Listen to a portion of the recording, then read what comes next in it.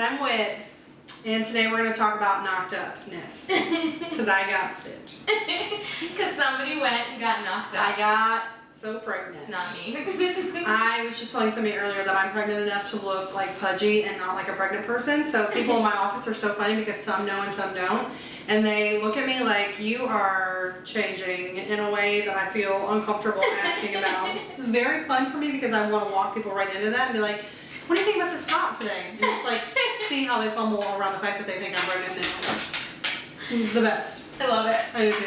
I love it. Nothing like inducing awkward moments with your coworkers. Oh, it's true. And wait till I'm giant and huge and I'm like walking around with some like big ass sippy cup of some inappropriate looking liquid just because, like just to see what happens, you know? I love it. Yeah.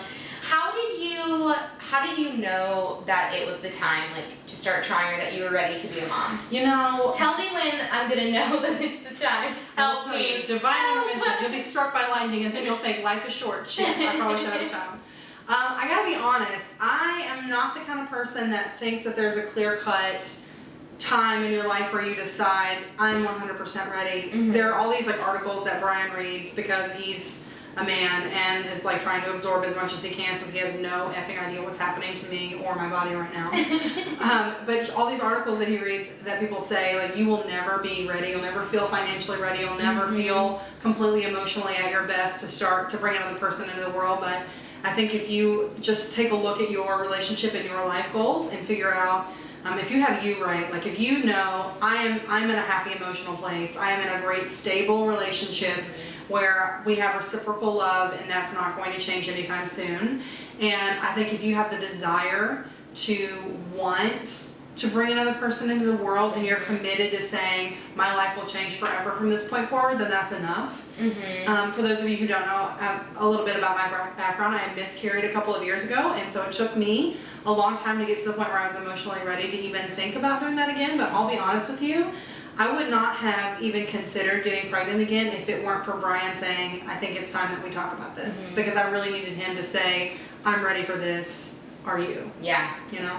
And for anyone who's either had a miscarriage or knows someone who's had a miscarriage, Whit wrote the most beautiful blog post on her blog, What's Amused Boosh, and you should totally go check it out because it was like so touching. So I think, that's definitely, I know it's like changed so many lives and like affected so many lives like that. So yeah, if that's something that you have experienced, if you're in that space right now, that's like such a beautiful resource for you to tap into. I will say that miscarriage is not a dirty word, and we don't do a great job about talking honestly and openly about what that feels like for people. And if there's ever, a time where you want to stalk me on the internet and have a conversation with me, I will 100% drop what I'm doing and talk to you.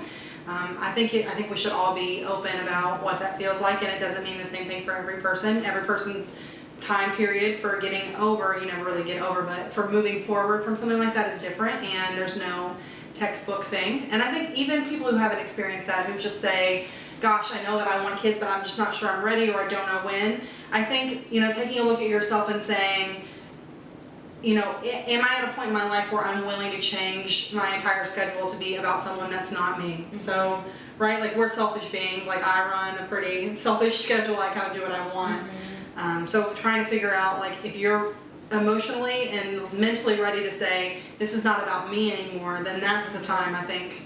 Not that you're selfish or not. I think that anybody who wants to say I'm not ready for that yet, like that doesn't make you selfish. That's not a bad thing. I don't want you to think that makes you selfish. I think that actually makes you a really good parent for acknowledging this is not the right time in my life.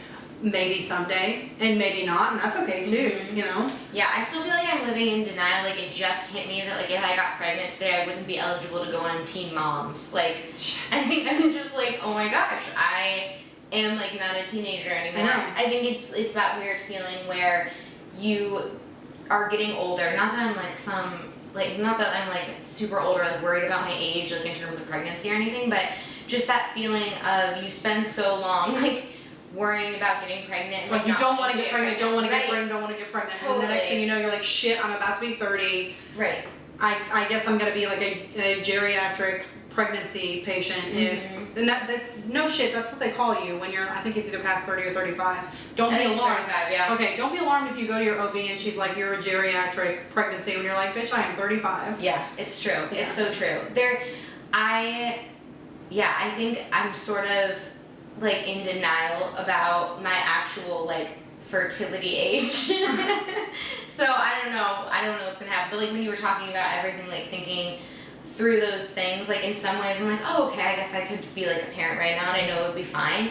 Then there's also a part of me that does, I think especially with the career change, like having just started this business, I do feel like a little selfish about my time, and in a way I feel like that's like a baby, not a human baby, but like a baby of sorts that I'm like giving so much time to. And so that's definitely challenging to like think about.